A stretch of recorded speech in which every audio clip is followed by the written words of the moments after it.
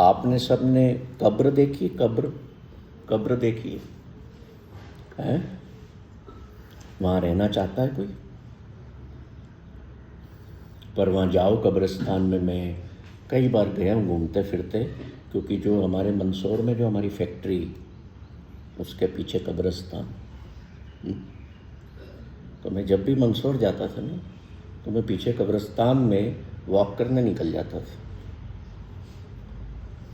तो हमारे जो फैक्ट्री के सुपरवाइजर हैं वो मुझे कहते थे, सर आप जब भी मंदसौर आते हो आप ये कब्रिस्तान में क्या घूमने चले जाते हो, घंटों घंटों पता ही नहीं होता।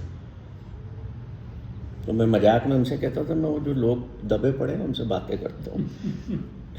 ऐसा होता नहीं है, पर मैं देखता था वहाँ कि कब्रों पर एक पट्टी लगी हुई और एक बड़ा सुंदर सा एक लाइन लिखी हुई है कब्र पर कि so and so is residing here.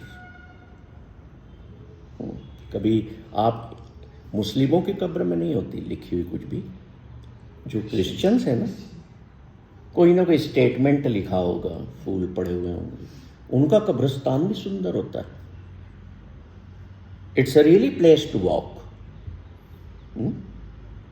क्योंकि ultimately our final destination is that place. तो कब्र पर क्या लिखा है? दिस ब्यूटीफुल मैन, किसी वाइफ ने लिखा है, the love of my life is residing here. मैंने पढ़ा उसको, मैंने कहा है मूर्ख औरत, इसमें अंदर तो कोई भी नहीं है।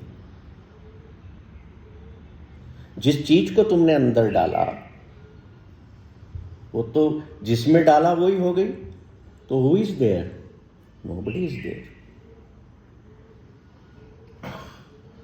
तुम्हें अगर प्यार था तो उसके विचारों से होना था, उसके सुंदर मन के घर से होना था। अगर वो प्रेम होता तो तुम आज खुशी से उन विचारों के साथ प्रेम करते, उसके साथ खुशी से जीते। तुम यहाँ कब्र पर आकर के आंसू नहीं बहाते कि तुम मुझे छोड़ के चले गए, मेरा जीवन नर्क हो गया, कष्ट हो गया। नो। और इसलिए हमारे धर्मों में क्या होता है? हमारे धर्म में पहले दिन ही उसे मिट्टी में मिला दिया जाता है जला के, कि तुम समझ लो, ये यहां मत लिखने की गलती करना कि my love is residing here. He is nowhere nowhere nowhere, but he is everywhere everywhere everywhere. क्या किया तुमने? जला दिया। अगले दिन अस्थियां आपने अवेरी बहा दी या हिमालय पर आपने वितरित कर दी, फेंक दी, बरसा दी पहाड़ों में। माटी माटी होई एक, रोवन हारे की कौन टेक। एक हो गई है ना।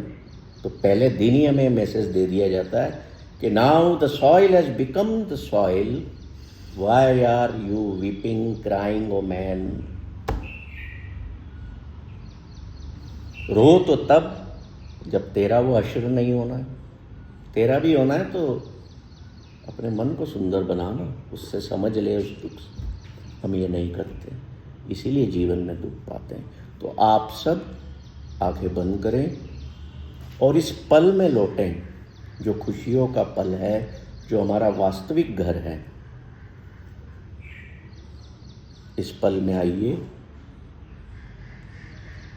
ये मेरा ट्रू होम है।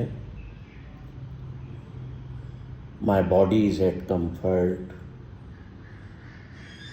माई mind is at comfort, my soul is peaceful, I am at rest. This moment I am peaceful. This moment I am nothing.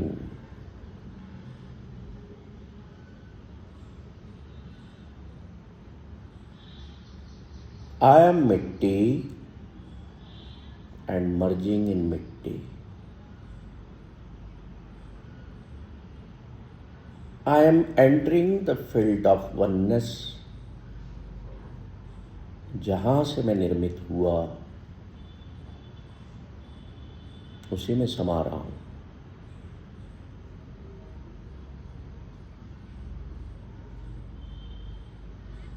इस पल में हूँ,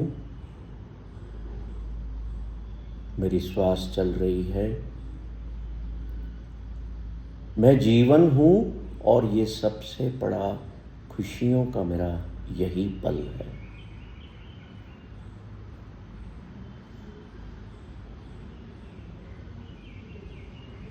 मेरे भीतर कोई घृणा का भाव नहीं है अभी।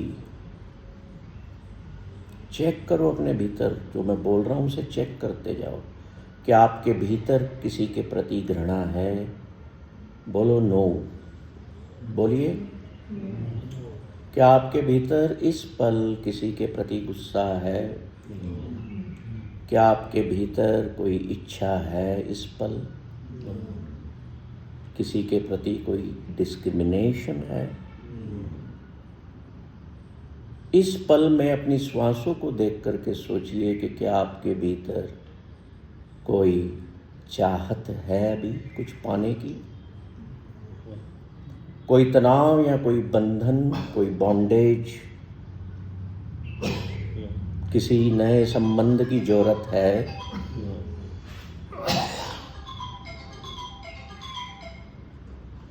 आप सिर्फ एक समय में, टाइम में फ्लोट हो रहे हैं। इमेजिन करिए कि समुद्र का पानी है, नदी का पानी है, तालाब का पानी है और आप उसकी सतह पर सिर्फ फ्लोट कर रहे हैं। आंखें बंद हैं, मैं तैर रहा हूँ सतह पर, बिल्कुल हल्का, कोई भीतर लोड नहीं। मेरा मन टोटली एम्प्टी है, खाली है, कोई लोड नहीं है जीवन का। या फिर ये इमेजिन करते करिए कि मैं आकाश में पहुंचा हूँ उड़ते उड़ते और उन ऊंचाइयों पर तैर रहा हूँ। मुझे नहीं पता मेरा डेस्टिनेशन क्या है। मैं तैर रहा हूँ, मैं टोटल फ्रीडम में हूँ, पर मुझे कहीं जाना नहीं है, कुछ भी पाना नहीं है। उस आज़ादी का सब चीज़ों से, सब संबंधों से, सारे मेरे रिलेशंस और पोजीशंस से मैं मुक्त हूँ, आज़ाद हूँ।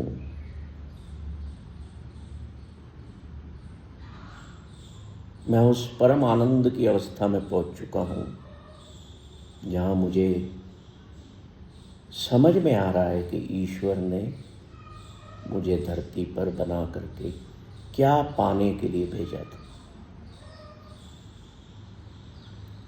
फ्लाई करिए उस इमेजिनेशन की दुनिया में, आकाश में, बिल्कुल हल्के हैं आप। जरा अभी किसी चीज का, न शरीर का भार है, न मन का कोई भार है, आजाद हैं।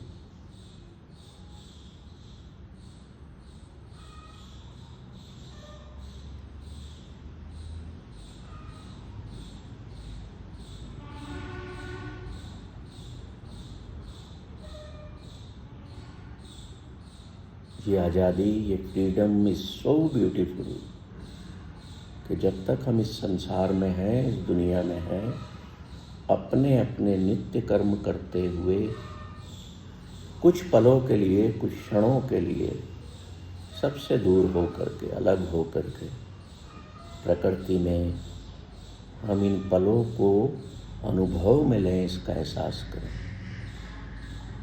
तो ये हमारे मानसिक तल पर, शारीरिक तल पर और आत्मिक तल पर, सब जगह हमें सुख का नया अनुभव देगी। और ये जो अनुभव, जो एक्सपीरियंस आप पाएंगे, ये डिवाइन एक्सपीरियंस होगा। बस वो ही ईश्वर है जब आपको कोई भय नहीं है, आपकी किसी से कोई दुश्मनी नहीं है, कोई गुस्सा नहीं है, कोई इच्छा नहीं है, कोई चाहत नहीं है, कोई बंधन नहीं है, कोई तनाव नहीं है। ना मैंने कोई पजेस किया है इस दुनिया में, ना मैंने कुछ रिलेशन बनाया है, कुछ भी नहीं है, कुछ भी नहीं है, कुछ भी नहीं। अगर सिर्फ कुछ है तो ये मेरा एहसास आनंद का, खुशी का, बस मेरे पास यही है और कुछ भी नहीं।